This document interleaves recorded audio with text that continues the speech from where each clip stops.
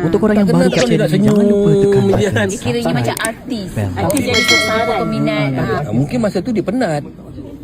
Dia penat kan, dia nak tersenyum. Mungkin karakter dia macam Yo, kiss him china, check it now. It's Usamaza, right out the bottle. Wow.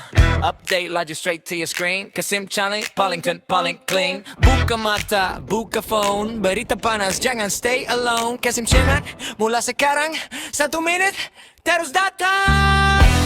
tak kenal, takkan dia nak senyum je kan. Dia kiranya macam artis. Artis jadi sasaran peminat. Mungkin masa tu dia penat.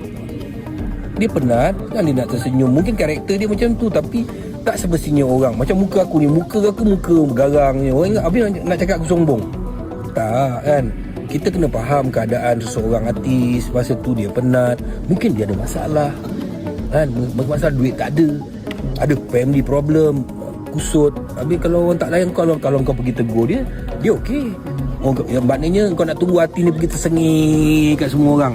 Dan orang kata kalau nanti kita kau ingat orang kenal kau ke, tersengih je pula, orang cakap lain pula.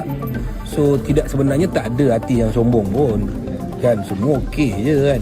Yang saya kenal, yang saya tengok pada jauh pun semua dia okey. Siapa yang cakap ni? Gambar bagus lah. Kalau dia tak senyum. Kalau dia tak, kalau ada masa saya pun jalan muka saya berkerut gak kan. Tapi kalau dia datang nak bergambar dengan saya santuni dia. Siapa artis kalau tak ada peminat?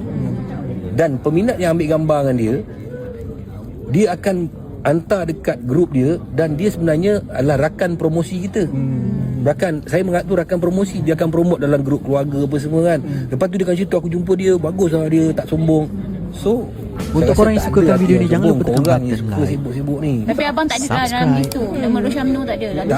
Tak ada hati yang sombong lah. Mana aku tak nampak hati sombong. Sekarang